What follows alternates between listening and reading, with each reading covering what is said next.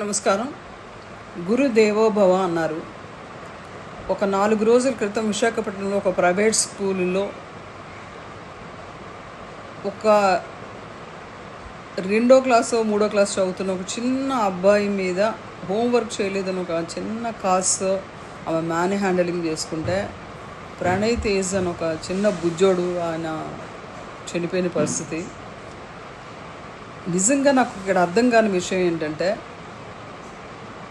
చిన్న ఒక ఒక ఇంటిలో పనిచేస్తున్నప్పుడు ఒక ఇంటిలో ఎవరైతే హెల్పర్స్ ఉంటారో వాళ్ళకే మనం ఒక బ్రీఫింగ్ క్లాస్ ఇస్తాము.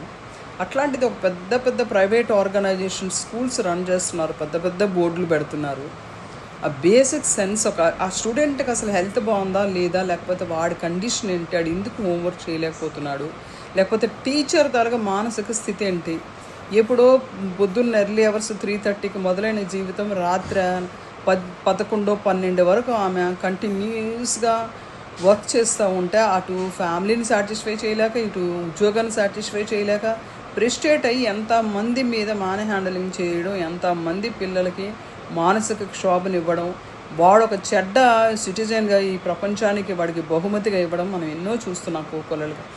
ఇటువంటి లోకేషన్ గారు ఇప్పటి వరకు ఎన్నో ఎడ్యుకేషన్ విధానం ఎన్నో మార్పులు చేర్పులు చేశారు. ఇటువంటి ఒక కార్పొరేట్ స్కూల్స్ అయితే ఉన్నాయో, వీళ్ళు డబ్బు దోచుకునే ఒకే ఒక లక్ష్యంతో ఉన్నారో, ఇటువంటి అన్ని స్కూల్స్ కూడా లైసెన్స్ రద్దు చేసి మూత వేయవలసిన పరిస్థితి. ఎందుకంటే బేసిక్ ఫండమెంటల్స్ కానీ, బేసిక్ రూల్స్ కానీ, రెగ్యులేషన్స్ కానీ అవేమీ లేకుండా ఈ ఒకే ఒక ఆలోచన డబ్బు దోచుకోవడం. లేకపోతే పిల్లలకి వాడికి చిన్న పిల్లడికి ఐఐటి క్లాసెస్ అని చెప్పి వాడికి రుద్దడం.